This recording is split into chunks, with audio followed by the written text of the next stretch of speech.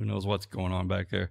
We'll give it just a minute, and I'll let you. You want to check your phone, make sure it's coming in all right. Hopefully, it's working, and we're going to do our best to keep us on time today. And it'll be tough, but we'll do our best to do it. All right. We're going to be in Exodus chapter 2. Exodus chapter 2 again this morning, and I've been looking forward to this series for a while. All set. Thank you, Brother Joe. Thank you for doing that. And those of you on live stream, thank you for joining us. And we tried a little something new with our live stream this morning, so hopefully it worked. And if it didn't, well, we'll fix it next time. Well, we may lose our live stream today. There is a storm blowing in, and every time a storm blows in, it's bad. A lot of times we lose power up on the mountain. So we might preach the lights out today. And if we do, that's fine. But so if we do lose the live stream, I apologize for those of you watching. Now, we are going to start in part 3 of our series on the life of Moses, which is something, I don't know about y'all, but I know growing up, I never really heard somebody do an in-depth series on the life of Moses. We've heard stories about what Moses did, but as far as studying his life, I've never heard it. And as I've been studying this, in fact, I'm ready to get part 3, 4, and 5 all in today. I had almost a full day yesterday. I did not work. Britt had to go to work, so I stayed home with the kids, with two of the kids. And they kind of left me alone for most of the day. So I got a lot of work and studying done yesterday. And I'll tell you what, I'm ready to preach all 3 of them and go the rest of the way. I don't know that y'all be able to sit there that long, or that I'd be able to talk. I could probably talk that long. But I tell you what, I'm looking forward to the last 2 and wrapping it up, because it just gets better as we go along. The first 2 were great. We talked about preparation through privilege, how he was brought up in the palace. And then last week we talked about crisis and escape, how he murdered the Egyptian and then had to flee from Egypt, and how that crisis and escape is preparing Moses for what we're going to talk about today. Now, God's will, let me put it this way before we start. God has a will for every one of us. God's will is always going to be accomplished. Now, he has a way he wants it accomplished. Sometimes we're hard-headed and we don't want to do it God's way. We want to try to do it our own way. But regardless, God's will always be accomplished. And God's will is going to be accomplished in the life of Moses and in the lives of the children of Israel. But unfortunately, if Moses had done everything perfect, it would have been a lot easier. If the children of Israel would have done everything perfect, it would have been easier on them. But we all know what we always tend to get in the way of God's will sometimes. I think, was it a couple weeks ago, we talked about being in the way, but in the right kind of way, being in God's way, not do it God's way, not be in God's way. Does that make sense? And Jackson's not up here, so I can say it. He got in trouble this last week, and so he's been grounded. And you would have thought that we shot his dog and kidnapped his best friend. He has been moping around the house, and no, he knows what he did was wrong, and the punishment definitely fits the crime. But my wife told me on Friday, I was at work Friday, and when I got home Friday, she's like, I have had it with Jackson. He comes in this room every 5 minutes. He's moping around everywhere I go. He wants to be right up next to me. Well, that's what happened. He grounded, and so he's in the way right now. He did things that were not the way that he knows they should have been done, and now he's in the way. So the fact you say, Jackson, they went and the kids cleaned out the garage. Like, Jackson, go play in the garage for a little while. And but we love Jackson, but he's been a little clingy the last few days. Since he's had no electronics. That's the groundings, no TV, no screens right now. And he's suffering for Jesus. He is literally counting down the days to when his punishment is over. But so if he seems a little mopey or clingy today, he hasn't seen anything on a screen in a couple of days. So that's why. But we always want to do things God's way, but not get in God's way. Yes. We are making him read a book, and he's kind of liking it, I guess. So we're going to talk about Moses again today. Today, part 3, Moses, and this one's called the Wilderness Refining. Now, if you missed the first 2 messages, you'll have to go back and find them on YouTube or Facebook. But we have 5 parts to Moses' life, and each of the 5 stages of Moses' life, and I hope I don't say Noah through this, but I probably will at some point. But each stage in Moses' life represents 5 really different people that Moses was. The first part we talked about the first week, he was an Egyptian. He grew up in the palace. He spent 40 years learning to be an Egyptian, being educated by the Egyptians, being taught by the Egyptians, studying how to be a soldier and a commander in the Egyptian army. He learned all these things in the 40 years. And then last week we learned that he was now a fugitive. Now he's a different person. He's had to go on the run. He murdered somebody, so now he's on the run. It's a different Moses. It's not the same Moses that was the brave war hero back in Egypt. Now he's on the run for his life. Now we're going to talk about the third Moses. This Moses has something different.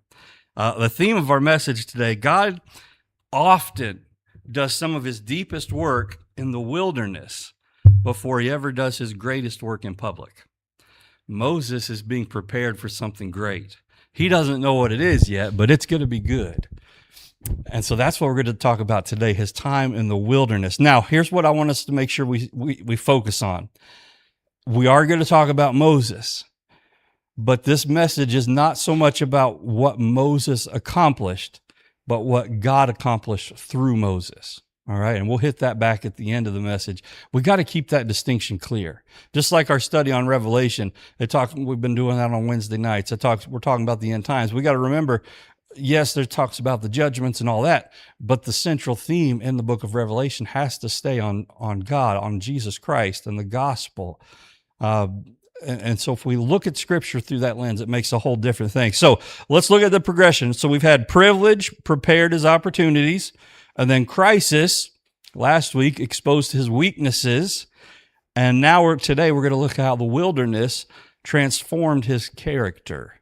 All right, so 3 different Moseses. Now, before God can use a man, we said this, he refines him, or God prepares his servants in private before he can use them in public. And you say, well, that's hard sometimes because when you're in the private parts where God's refining you and God's teaching you and preparing you, that's not the fun part.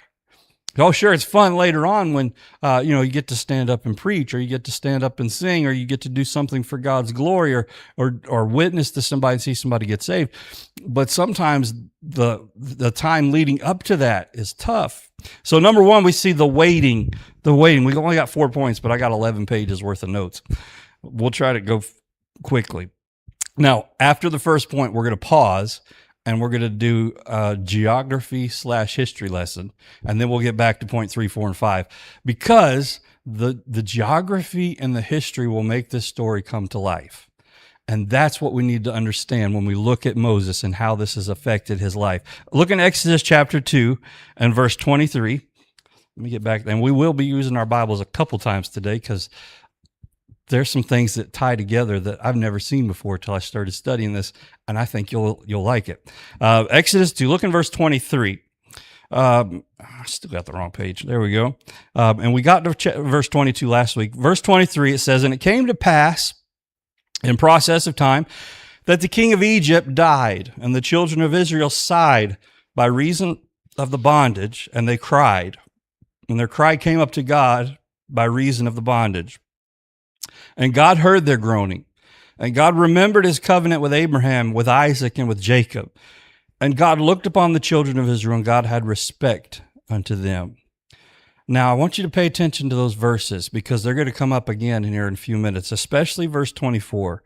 God heard their groaning. God remembered his covenant with Abraham, with Isaac, and with Jacob. What was that covenant that he made with them? Do y'all remember? We studied it a while. It's been a while back, but we talked about it a year or so ago. What was that covenant? What did he promise Abraham, Isaac, and Jacob? There you go. That he would make Abraham a great nation. give them the promised land, the land flowing with milk and honey. And that promise passed from Abraham to Isaac and to Jacob.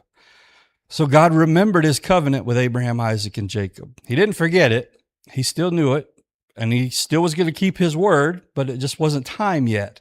So this is a period of waiting. Now, the Israelites were waiting in slavery. Not a very fun place to be. But God was still trying to teach the Israelites something there. Now, at this point, the Israelites were not being enslaved because they had done something wrong. Remember, Abraham fled to Egypt when there was the famine. Remember Joseph, the story of Joseph.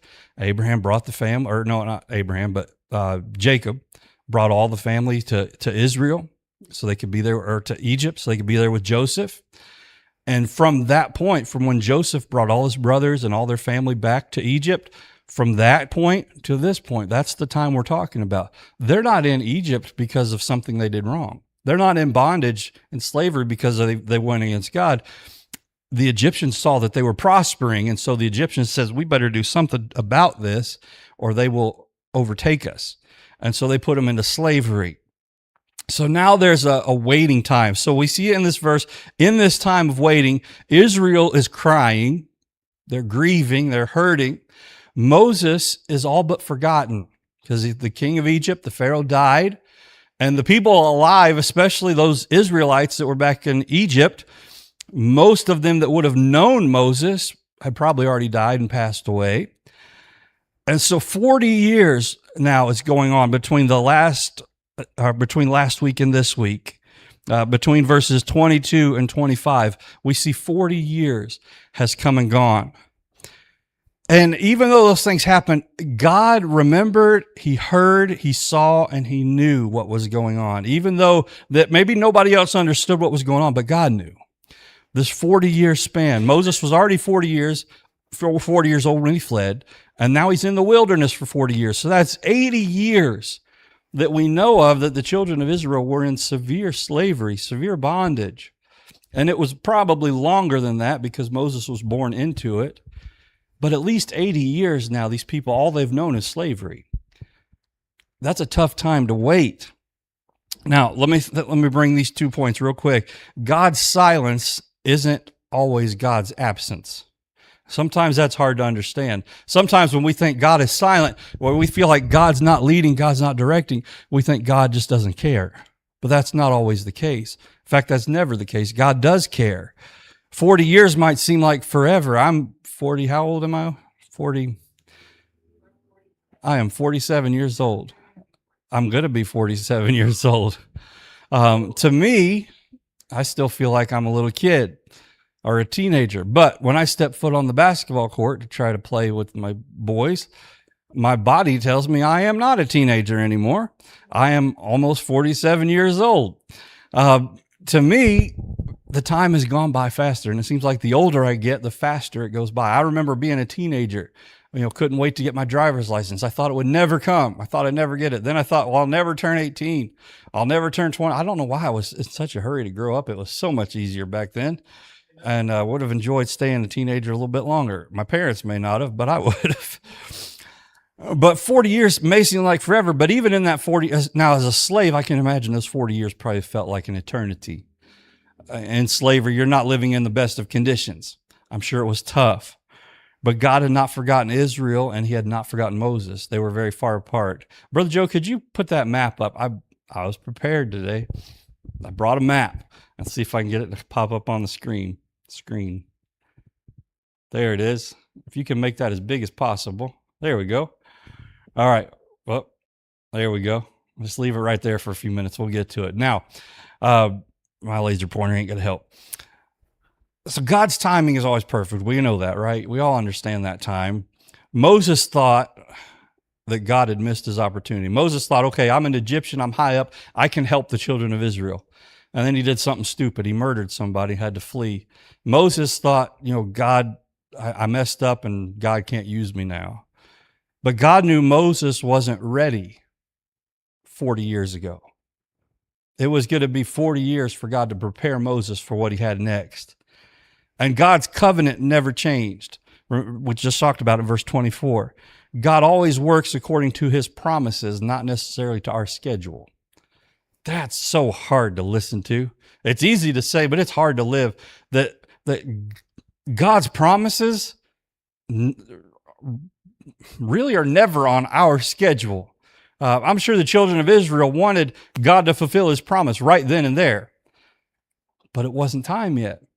In fact, so many of them died without ever seeing the promise fulfilled. Remember in Hebrews 11, but the others that God talked about, all these people that had passed, Abraham, Isaac, Jacob, all of his descendants, all of them died and passed away before they saw God's promise fulfilled. They never saw God's promise fulfilled. That's a hard place to be in. It's a hard place to live in, but it's sometimes a place we need to go. Now, we're going to pause and do our geography and history lesson real quick. All right? Because this is going to make it come alive and you'll see where we're at. I don't know if my little laser pointer will work. We'll try it here. So, where was Moses? Where did he go? Anybody remember the name? It's on the screen. Midian. He fled to Midian. Now, we need to understand what Midian's all about. Let's see, where's my little button? There it is. So this is a modern day map overlaid with what was going on back then. So right here, the Sinai Peninsula, that's Saudi Arabia. Over here, we see Egypt on this side. And over here is the land of Midian. I'm sorry, Saudi Arabia is over here. I was backwards. Midian is right here. Egypt is way over here. Now, at the time, there's a glare on the screen, the kind of the seat of Egyptian power would have been somewhere up here near the Mediterranean Sea. And you see why this area is so important. Thank you, Brother Joe. You see why this land is so important. You got the Mediterranean Sea. You've got the Red Sea down here. This is the gateway between the East and the West. So trade from East to West has to come through the Middle East. That's why people are still fighting over it today. There's never been a time of peace in the Middle East. People always talk, oh, this president's going to bring peace. This president's going to solve all the problems of the Middle East. No, he's not. There's always been strife. There's always been fighting, and it's never going to end because this is a very important place. In fact, if you look at our little cutout here, you kind of see why it's so important. This is the cradle of civilization. This is where, most likely, where the Garden of Eden was, somewhere in this area. So, look at where Egypt is, way over here, and look at where the land of Midian is. It was not, just walk to the next town over type of deal.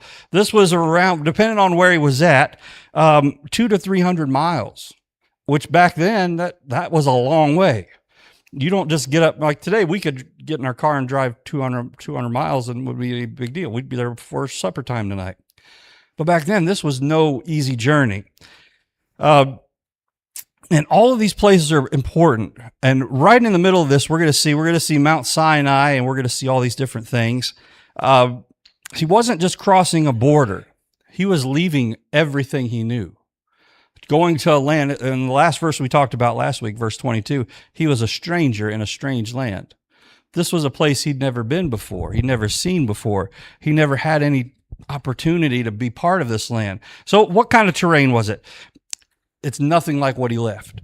Egypt was in that Nile Delta region. You see where Egypt's at over there, where it's lush and fertile. It's right behind that box, and I should have opened it up, where it's all green up there.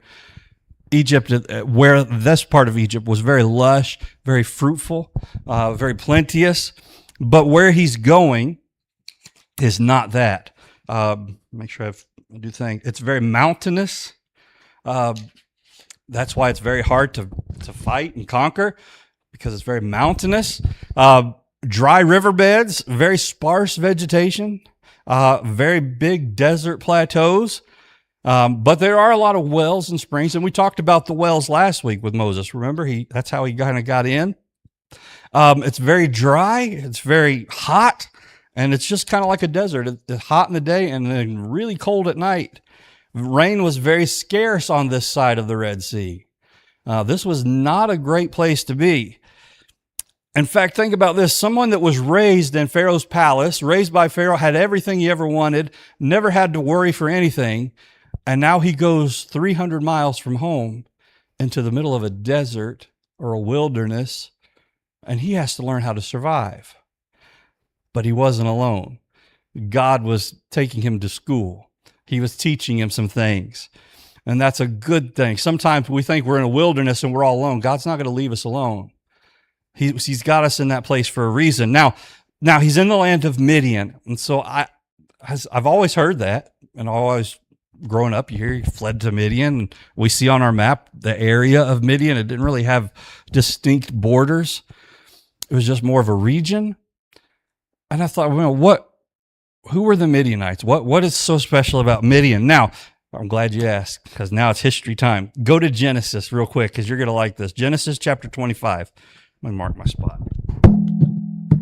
There we go. Genesis 25. Look in the very first verse, because this is something that's going to make this change the way you think about this story. Genesis 25, look in the first verse. Then again, Abraham took a wife. Remember, Abraham had problems with wives and children. That's why we have a lot of the issues we have today. Abraham took a wife. This is another wife now. Her name was Keturah. And she bare him Zimran, Jokshan. I like these names. We should rename our kids. Jokshan, and Medan, and Midian, and Ishbak, and Shua. But notice that one name that popped up, begat Midian. The Midianites were descendants of Abraham. That changes some things. Do you realize who the Israelites were? Who were they? They descended from Abraham. So he's going to the land of Midian, another place, a part of the children of Abraham. He said, why is that important? Well, they were distant relatives of Israel, so they would have had some common ancestry. They were not Egyptians, and they were not Canaanites, because the Lord's going to tell them later on to deal with the Canaanites. They're always going to be a thorn in the flesh of Israel as they take the promised land. The Canaanites were someone separate. They had this Abrahamic heritage, but over time they'd kind of drifted into a lot of the pagan practices of the day. So they weren't necessarily God-fearing. So politically, unlike Egypt where they had a king and a pharaoh, the Midianites did not have like a centralized government. They didn't have a standing army. They didn't have any great cities. That's why this was such a change from where, I almost said Abraham, Moses came from. Instead, it was mostly tribal clans, or family chiefs, local rulers, and a lot of shepherding communities. They just built their flocks around maybe a well or a place where they could water their herds. And it's going to get better. We'll just wait and see. So Moses went from living under one of the most powerful governments in world history to living among shepherds in a tribal society. That's a huge culture shock. When we moved from Florida to Tennessee, for us, that was a huge culture shock. In Florida, the pace of life is blistering fast. We never really thought of it because we were both raised in Florida. It didn't bother us at all. We come to Tennessee the first time we go to the grocery store and we go to check out. And, we're getting our stuff up on that belt. This is before you had to check yourself out. We put all the stuff on the belt. We're trying to hurry, and we're like, there's people in front of us and there's people behind us. Like, okay, we got to hurry up, get our stuff going. We get up to the register, and the lady at the cash register says, "Hey, how y'all doing?" I'm like, fine, let's get this going. Well, look at this. You got a beautiful family with you, don't you? Yeah. Thank you. Appreciate that. Let's get going. We ended up hearing half this lady's life story while we're checking out at the Walmart. Like, you don't do that in Florida. If you do that in Florida, the person behind you is going to just shove you out of the way and get their stuff and go. It was a culture shock for us. The way of life here is a lot slower. I know more about strangers' lives than some of my own family members. Because a lot of strangers, you walk up, you meet somebody at the gas pump and say, "Hey, how you doing?" You're going to find out, who they're married to, how long they've lived here, what's going on at their house. We had a family reunion last week. You ought to come to the next one. Well, I only met you 3 minutes ago, but hey, I'll show up. It's different. It's a culture shock. Well, Moses is experiencing culture shock. Politically, it's completely different than what he ever had. Economically, this is going to be good. You say, what do economics have to do with the story of Moses? I'm so glad you asked. I was hoping somebody would say it so I could preach it. The Midianites survived through sheep, a lot of sheep, multiple sheeps, whatever it's called, goats, camels, and one more important thing that the Midianites used, trade caravans. Say, oh, okay, interesting. Why is that important? Thank you for asking. You guys are very into this today. I'm glad because you're following right in line with my notes. Flip over to Genesis 37. Remember what we just read. They are descendants of Abraham. Flip over to Genesis 37. Oh, this could be good. I'm going to blew my mind when I read this. Genesis 37, and look in verse 27. In fact, go to 26. And Judah said unto his brethren, what profit is it if we slay our brother and conceal his blood? This is when they were going to kill Joseph. We all remember the story. Verse 27, come, and let us sell him to the Ishmaelites, and let not our hand be upon him, for he is our brother and our flesh, and his brethren were content. Verse 28, then there passed by Midianites, merchantmen, a Midianite trade convoy. Joseph was sold to the Midianites, or to a Midianite convoy. Now, in this convoy, there would have been other groups of people. Mainly, they did this for protection. So he was sold to the Ishmaelites, but in a trade convoy from Midian. So now Joseph is being sold off into slavery to some of his kinfolk, the distant relatives of Abraham. See how it's all coming together? It's getting there. So now Moses, when he flees into Midian,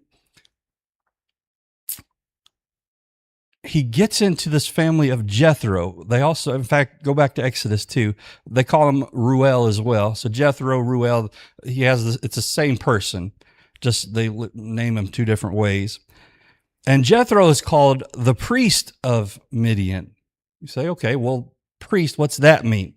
Well, some believe that they did worship the one true God because they were descendants of Abraham. But I think the better school of thought, and what most historians would agree on, he served as a priest over a mix of religions. Even though he was a descendant from Abraham, Jethro, all these other religions kind of crept in. So the God of Abraham would have been passed down to Jethro from Abraham on down through his family. And then now I know we're in Exodus 2. Go to Exodus chapter 18 because I want to tie this together and we'll put a bow on it and then we'll keep going. So he's a priest of Midian, most likely over a religion of many different religions or a combination of religions. But there's a change that happens with Jethro. So Moses comes in. Moses is there for 40 years with Jethro. Not really maybe understand. Well, they probably did understand that he was among kinfolk. So Jethro gives Moses a daughter to marry. They get married. The daughter that he married is still of the line of Abraham. Moses is from Egypt, but he's a Jew.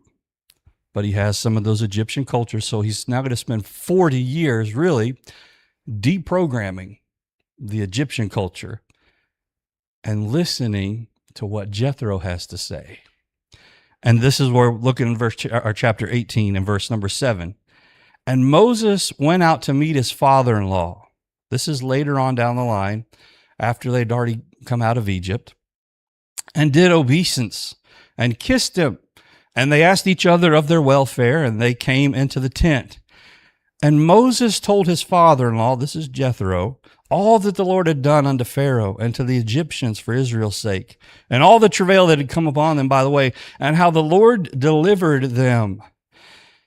And this is interesting, because remember who Jethro was, the priest of Midian. Something changed with Jethro as well. Because look in verse 9. And Jethro rejoiced for all the goodness which the Lord had done to Israel, whom he had delivered out of the hand of the Egyptians. And Jethro said, Blessed be the Lord, who hath delivered you out of the hands of the Egyptians and out of the hand of Pharaoh, who hath delivered the people from under the hand of the Egyptians. Now I know, verse 11, that the Lord is greater than all gods. So here's the priest of Midian, and that's why we say he probably had a priest of a mixed kind of religion. But he says, I realize now that the Lord is greater than all gods, for in the thing wherein they dealt proudly, he was above them. So in other words, all the gods of Egypt did not save them. The one true God did. And now look what happens with Jethro. Verse 12, and Jethro, Moses' father-in-law, took a burnt offering and sacrifices for God. And Aaron came and all the elders to eat bread with Moses' father-in-law before God. So now we see something different. Not only did Moses go to Midian and find the priest of Midian, Jethro, he deprogrammed himself from a lot of this culture of the Egyptians. But yet when he was in the wilderness in Midian, he was able to still learn about the God of Israel. In fact, Jethro helped prepare him for what was to come. And Jethro was a descendant of Abraham. So, was Midian just a random place that Moses chose to go? I don't think it was random. Moses was put there for a reason. In Egypt, he learned how to rule. In Midian, he learned how to serve. See the transformation happening in the wilderness?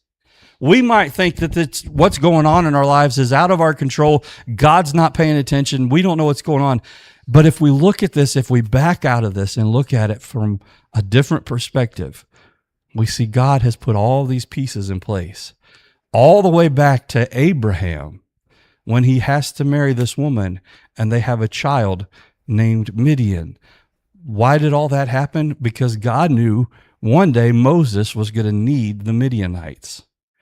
And the Midianites were going to need Moses. God has put all this in place. In Egypt, he commanded soldiers. In Midian, he led sheep. In Egypt, he lived in luxury. In Midian, he learned how to be content.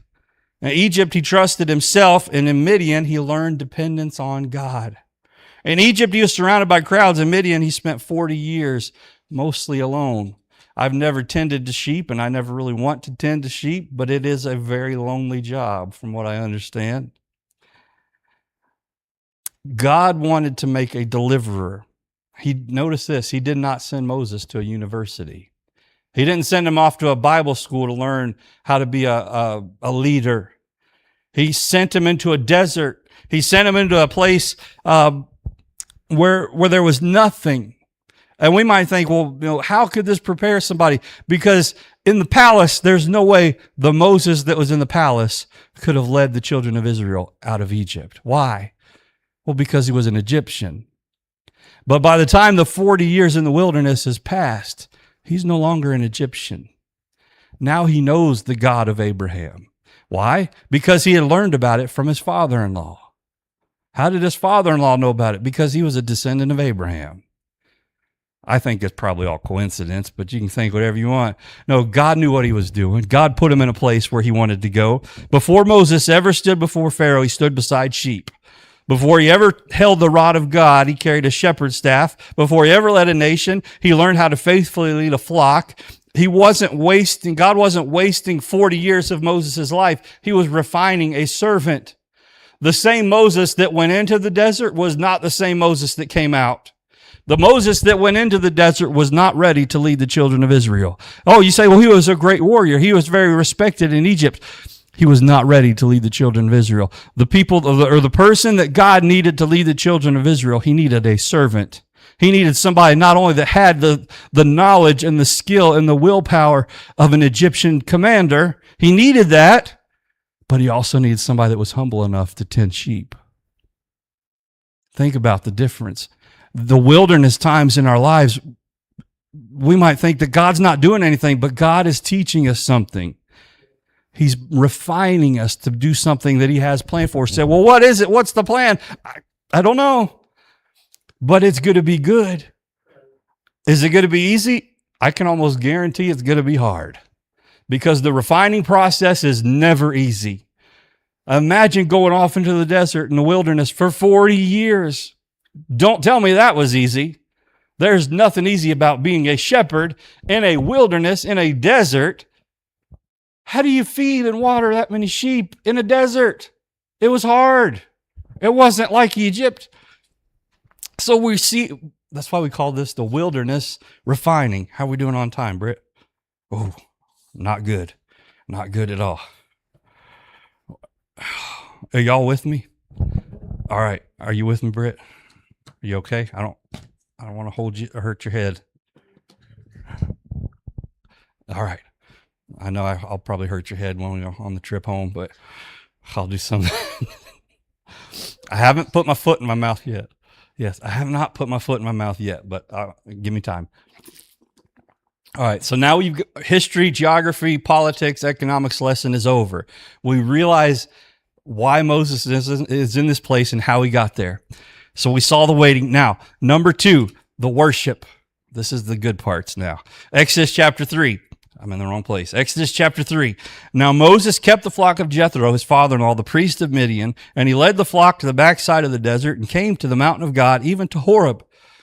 Even then, they called this the mountain of God. Not little g God, but the big G God. This was a place that they knew. How did they know about the one true God? Jethro, the priest of Midian, the descendant of Abraham. And so he gets there in verse 2, and the angel of the Lord appeared unto him in a flame of fire out of the midst of a bush. And he looked, and behold, the bush burned with fire, and the bush was not consumed. Now, we've heard this story many times. Think about the location in a desert. Very limited vegetation. With very limited vegetation, if there was ever a fire, that would be very important. You would not want a fire. Because if there's a fire and it destroys all of the grass and all of the trees, your sheep then have nothing to eat. So if he saw a fire, he was going to worry about it. Sorry, I'm getting hot up here. So he saw fire. He saw a bush that was on fire. So he's like, I'm going to go take a look. And he gets closer and he realizes this bush is burning, but it's not being consumed. I love having a fire and a fireplace. At the house we had before this one, we had a beautiful fireplace, and we kept that thing going all winter long. Sometimes even in the summer, we'd crank the AC down and run the fireplace because it was fun.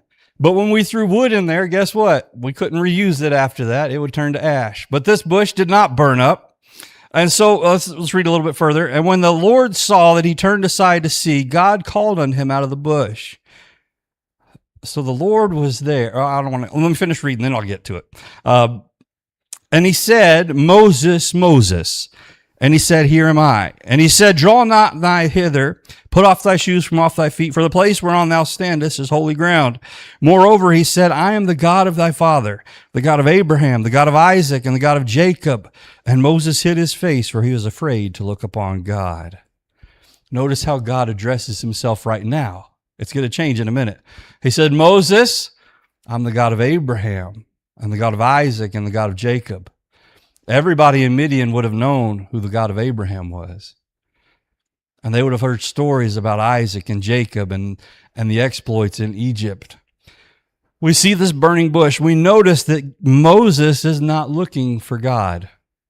Moses is content to be in the wilderness. He's been there now for 40 years.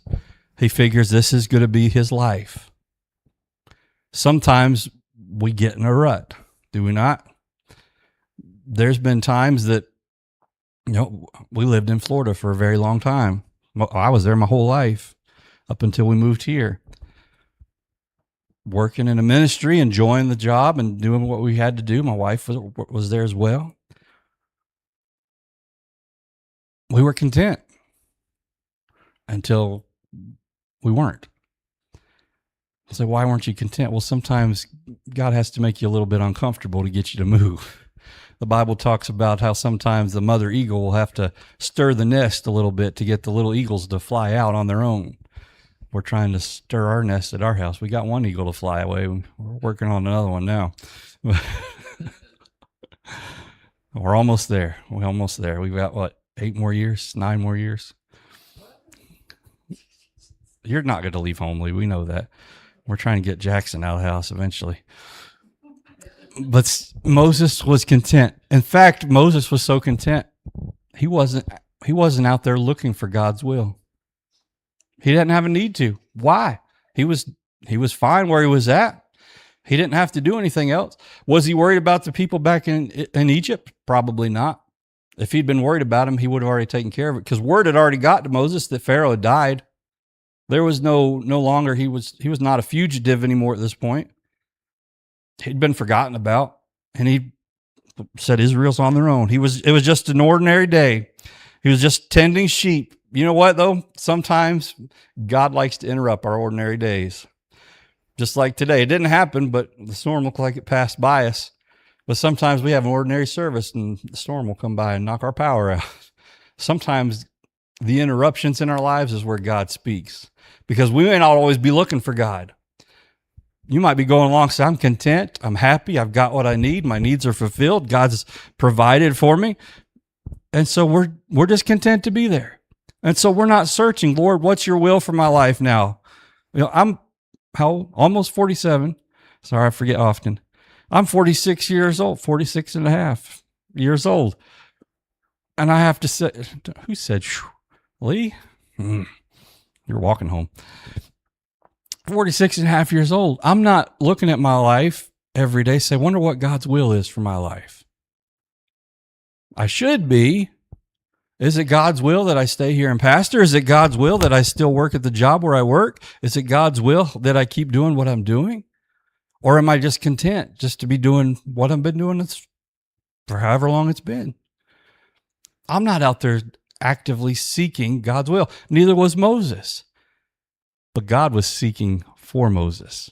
And so he lit this bush on fire to get Moses' attention. And I've always told God, I was like, Lord, I hope he never has to set something on fire or do something drastic to get my attention.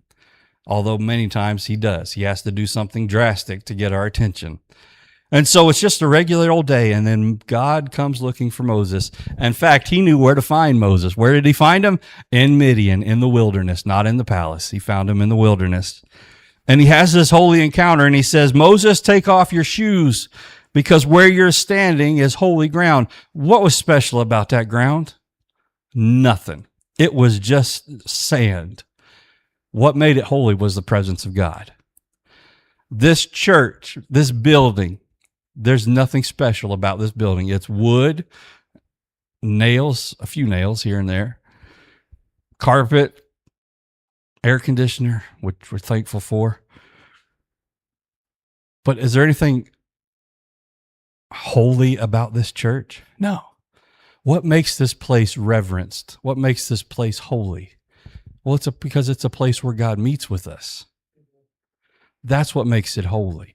That's why when I was growing up, my dad, if I walked into the church building, I better take my hat off. Well, any building, but especially in the church. So what was so important about the church building? Nothing. The building itself meant nothing. The fact was, this is the place where we meet God, where God speaks to us. Now, it could be your prayer closet. It could be in your truck on your way to work. I know that's my prayer closet a lot of times. On my way home every day, I got a nice little drive now on the way home. That's my worship time. I'll turn on music and I'll just start singing. By the time I get home, I can't even talk because my voice is done shot from singing at the top of my lungs. My truck's nothing special, but that time I spend with God makes that place a holy place. He said, take off your shoes. And of course, Moses obeys. And he says very humbly, after God called, he said, Moses, Moses. And Moses said, here am I. But then he did something else that was interesting. Where's it at? The end of verse 6. And Moses hid his face, for he was afraid to look upon God. I remember a phrase like that somewhere else in Scripture. Anybody remember? In the Garden of Eden. Why did Adam and Eve hide their face or hide from God? Because they knew they'd done wrong. Moses knew he was in the presence of God and he hid his face. Maybe not so much from humility, but for the fact that he knew there were some things in his life that were not right. He'd murdered somebody. He'd been on the run. Maybe he'd gotten away from God. He wasn't lurking for God. In fact, he wasn't even concerned about his kinsmen back in Egypt. So Moses was taught humility in a place that he never would have learned it any other way. But before God gives us an assignment, sometimes he needs our worship. Sometimes he needs, then you say, what do you mean worship? He needs that fellowship. He needs that time together with us before he can use us. So the third point, we're moving fast, the work. The work. What did Moses do, or what was he asked? Look in verse 7. And the Lord said, I have surely seen the affliction of my people which are in Egypt, and have heard their cry by reason of their taskmasters, for I know their sorrows. And I am come down to deliver them out of the hand of the Egyptians, and to bring them up out of that land unto a good land, and a large unto a land flowing with milk and honey, unto the place of the Canaanites and the Hittites, Amorites, Perizzites, and the Hivites, and the Jebusites. Now therefore, behold, the cry of the children of Israel has come unto me, and I have also seen the oppression wherewith the Egyptians oppressed them. Come now therefore, and I will send thee unto Pharaoh, that thou mayest bring forth my people, the children of Israel, out of Egypt. So now God reveals the plan. He gets Moses' attention. He realizes Moses is ready. There's been a transformation. And he says, okay, Moses, it's time. It's time for you to step up into the batter's box. It's your turn. It's time for you to do it. And God says, this is the 5 things that God said. I have seen them. I have heard them. I know of them. And now I am come down to them. And now, Moses, I want you to go to Pharaoh. God sees our suffering. God has a solution. Here's the best part. God said, I will deliver the children of Israel. Did God need Moses? No. God chose to use Moses. Does God need any of us to have his will completed? Nope. He doesn't need any of us. He chooses to use us. You say, well, what has he chosen me to do? I don't know. That's between you and God. Well, does God choose everybody's chosen? Sorry, if you think God doesn't have a purpose for you to live, you're wrong. You're mistaken. God has a purpose for your life. He's chosen you to do something. Does he have to have you? No, he could use somebody else. Think about what Moses would have missed out on if Moses never would have turned aside to see what God wanted for him. God chose to involve Moses. God didn't need Moses. He invited Moses. God calls ordinary people into extraordinary work. Think about that. Some of the greatest preachers, missionaries, evangelists of all time, they weren't anybody special. D.L. Moody was just a little street kid running around Chicago. I believe it was Chicago. And God said, I can use that little boy. And prepared him, and he became one of the greatest preachers of our time. Brother Joe, you grew up, riding a bus to church. God prepared you for something great. He prepared you for what you have today. I'm going to use Brother Joe as an illustration in just a minute, and we're almost done. Lastly, the wrestling. We're not going to take the time to read all the verses just for sake of time, but from verse 11 all the way through chapter 4 and verse 17, Moses is going to argue with God and try to convince God that he was not the right person for this job. Now, this is one of the most encouraging passages in Scripture, because even through our excuses and our unwillingness to do what God calls us to do, God will still find a way, and he'll make a way. Moses argues with God 5 different times, and instead of throwing Moses away and saying, okay, Moses, fine. If you don't want to do it, I'll find somebody else. He didn't do that. Even though Moses kept coming back with argument after argument, God says, okay, Moses, let's take these one at a time. Let's answer them. The first one, he said, who am I that I should do this? I'm a shepherd. I live in the wilderness. God's answer to that, Moses, I know you're a shepherd. I know you're not very important, but you're important to me. And Moses, I will be with you. When you go before Pharaoh, I will be with you. The second thing he says, well, what do I need to tell him? Who am I going to tell him that sent me? They're not going to listen to me. So obviously I can't go unless I tell them who sent me. How am I supposed to do that? Remember what he said? He said, Moses, go tell them that I am sent you. Remember, we had a whole sermon on I am. Those two words right there are enough for anything, any situation in life we're in. In fact, one of the last few words that God spoke before, or Christ spoke before his crucifixion, when they had him in his trial, or well, they were coming to arrest him, and they said, are you Jesus of Nazareth? And he said, I am. And those two words, at those two words, the whole garrison of soldiers were thrown to the ground because of the power of those two words. The Israelites knew the power of those two words, and Pharaoh was very soon going to see the power of those two words. Moses understood the power of those two words. Number 3, he said this, he said, they won't believe me. So God said, okay, Moses, if you don't think they'll believe you, if they don't think they'll believe that I am sent you, then I'm going to give you something to do. I'm going to give you 3 miracles that you can perform. The first one, you're going to throw your rod down, and it'll become a snake, and then you can grab the snake and pick it up, and it'll become a rod. My wife never would have survived that. She could have thrown the rod down, but then she would have been in she would have flown back to Midian real fast. She would not have picked it up. So he said, Moses, throw your rod down. It turned into a snake. He said, now Moses, go pick it up. That's the test of faith right there, picking it up. I don't know that I would have passed that test either. I said, Lord, I'll shoot that snake, but I ain't picking it up. But he picked it up, turned back into a rod. And he said, okay, Moses, if they don't believe that one, take your hand, stick it inside your coat and pull it out. And he pulled it out, and it was leprous. And he said, okay, Moses, stick it back in and pull it out. And he pulled it out again. It was clean. In other words, God was giving a sign to the Pharaoh saying, if you don't listen, there's going to be some things that are going to be bad that are going to happen to you. The third one, he said, I want you, when you're before Pharaoh, if he still doesn't believe you, take some of their water, grab a pitcher of their water, pour it out on the floor, and it'll turn to blood. And sure enough, he did, and the water poured out, and it turned to blood. He gave him 3 signs. He said, do these miracles, Moses. Then you don't have to worry about an excuse. They'll believe you when they see this. Well, Moses said, God, I appreciate all that you've done for me and how you've set all this up, but I can't talk right. I'm very slow of speech. This was Moses, the Egyptian. He was not slow of speech.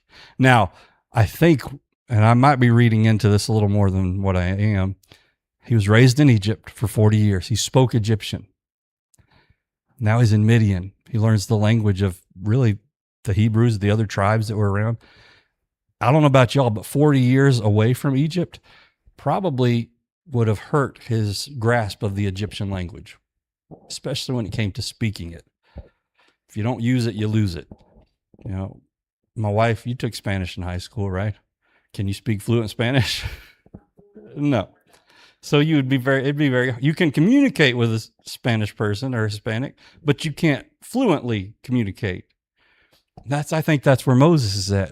He's saying, God, I haven't been in Egypt for 40 years. Surely you can't expect me to speak to them. And so he said, Moses, who made your mouth? Who made your voice? Who gave you the knowledge to be able to speak? Very similar to some things he told Job. He said, Moses, I made your mouth. I can control it. In fact, I'm going to give you the words to say. I've known Brother Joe a long time. I told you, Brother Joe, I was going to use you as an illustration. I've known Brother Joe for a very long time. And we were having that discussion right here between the services, how Brother Joe said he has trouble talking and speaking, and different words are hard for him. But I'll tell you this, when Brother Joe gets up behind the pulpit and begins to preach, it's a different Brother Joe. He doesn't speak the same as if he's just in conversation with somebody. Why is that? Well, because God's using Brother Joe to give a message. It's not a message. It's not Brother Joe's message. It's God's message, and he chose to use Brother Joe to give it to us. You say, well, Brother Joe, he can't talk really well. He can't talk right. He mixes up his words and his letters, and he has weird names for stuff. And so, Joe, it would be easy for you to say, well, God, you want me to be a preacher, but I can't talk really good. So you're obviously mistaken. You're wrong. You can't do that. But can God use Brother Joe? Absolutely. Has God used Brother Joe? Absolutely. And he gets behind the pulpit, and it's a whole different person. Now, sometimes Angie has to coach him a little bit, But God uses Brother Joe, and when he gets up here and he needs to get the message across, God gives him the words to say. Just like he told Moses, he'll do it. Finally, the last thing is, Moses said, God, I just don't want to do it. Send somebody else because I can't do it. And so God said, Moses, all right, I'll meet you halfway. You have a brother named Aaron. He's a little more fluent with the Egyptian language. He can speak a little better. I'll tell you what, he can go with you. And not only that, Moses, but I'm going to put the words in his mouth. And I'm going to put the words in your heart. So here's what's going to happen, Moses. I'm going to give you the words. You're going to tell them to Aaron, and Aaron's going to tell them to Pharaoh. Aaron was going to be his interpreter.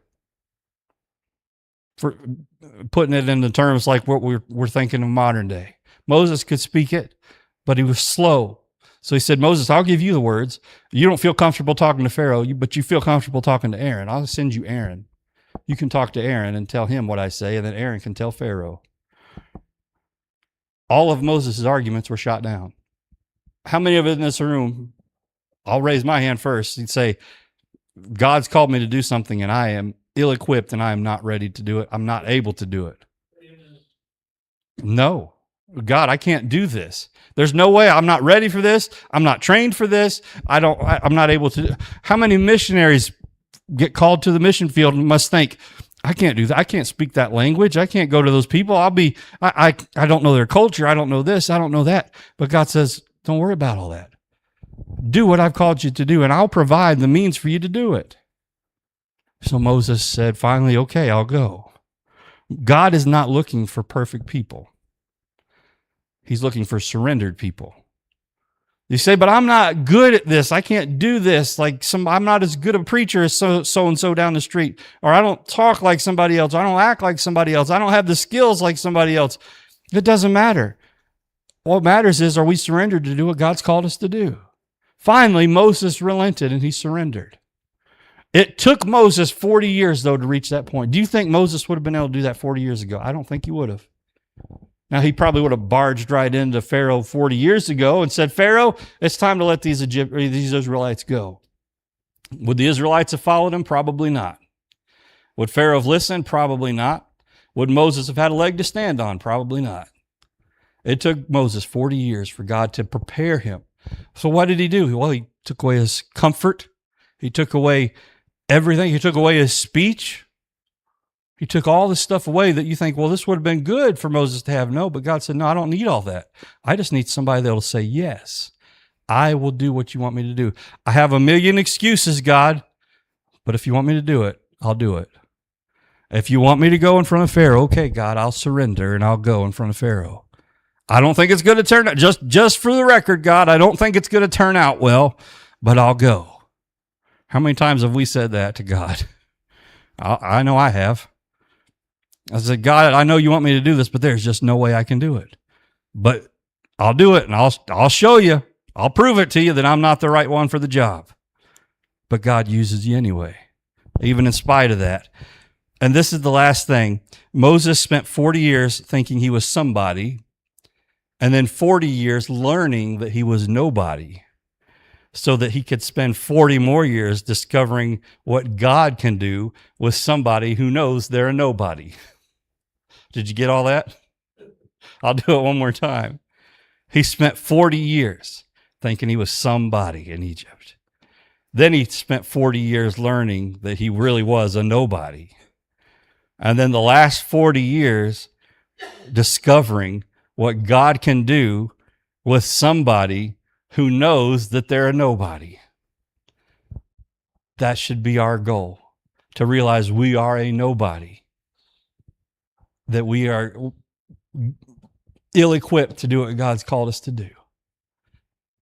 But you just have to surrender and say, God, okay, I'll do it. Now, our first two messages were on events that God did. This one is different.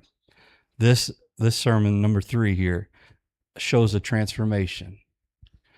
This is not Moses doing it Moses' way.